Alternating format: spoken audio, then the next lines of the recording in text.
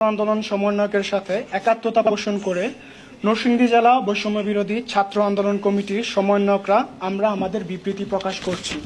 Bank চালু থাকবে সপ্তাহে একদিন, শুধুমাত্র রবিবার সকাল 11টা থেকে দুপুর 3টা অবধি। 2.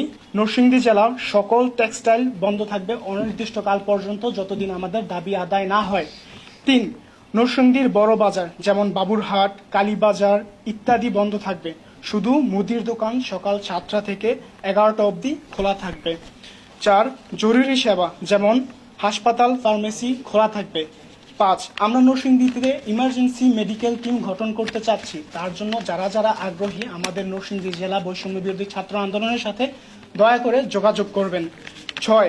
নরসিংদীর সকল পরিবহন আগামীকাল থেকে বন্ধ থাকবে এবং গতকালকের যে পরিস্থিতি হয়েছে এই পরিস্থিতি আমরা তীব্র নিন্দা জানাচ্ছি। আমাদের অন্যতম সমন্বয় কমিটির গোলাম রাশেদ তমাল, সে মাথায় আঘাতপ্রাপ্ত হয়েছে, তারও আমরা নিন্দা জানাচ্ছি।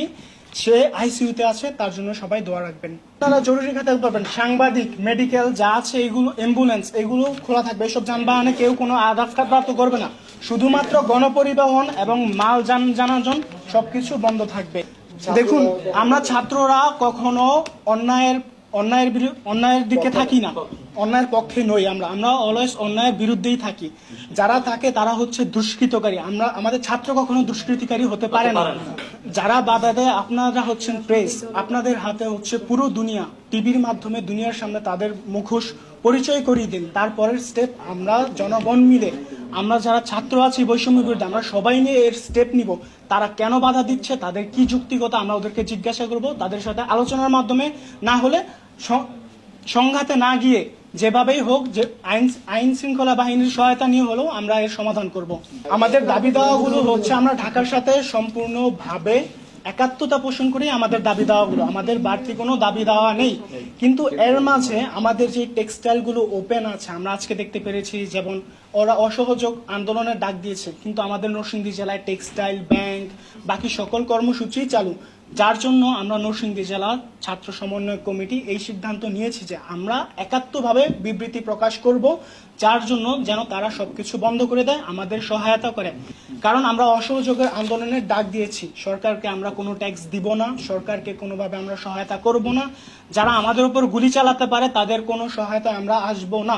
কারণ তাদের সন্তান আগামীর স্টুডেন্ট, তারা কেন আসবে না আমাদের সাথে? অবশ্যই তাদের আসতে হবে।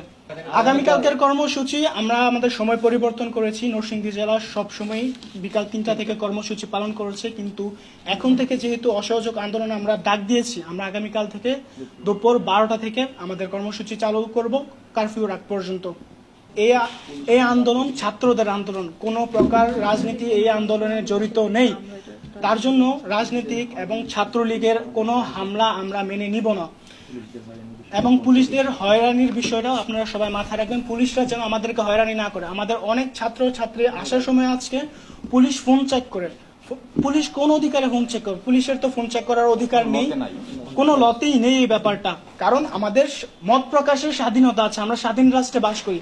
তারা ফোন চেক করে আমাদেরকে হ্যারাসমেন্ট করে, আসতে সমস্যা করে, আমাদের অনেক ভাই বোনদেরকে হ্যারাস করেছে, এরকম অনেক প্রমাণ আছে। রাতে রাতে বাড়িতে গিয়ে রেড দেয়। আমরাই 2-3 দিন বাড়ির বাইরে ছিলাম। কেন? বা স্বাধীন বাংলা আমরা কেন বাড়ির বাইরে থাকবো? পুলিশের হয়রানি যেন বন্ধ হয়, তার জন্য আমরা সরকারের এবং আইন শৃঙ্খলা বাহিনীর প্রতি অনুরোধ জানাচ্ছি, আমাদের ছাত্রদের কোনো প্রকার হয়রানি করবেন না। সাধারণ শিক্ষার্থী কখনো জঙ্গিবাদ পোষণ বা অন্যায় পোষণ করে না। সাধারণ শিক্ষার্থী শান্তিপূর্ণভাবে, যেমনটা আপনারা আজকে দেখতে পেরেছেন, আমরা শান্তিপূর্ণভাবে আসি আন্দোলন করতে। আমাদের আন্দোলন শান্তিপূর্ণভাবেই প্রতিষ্ঠিত।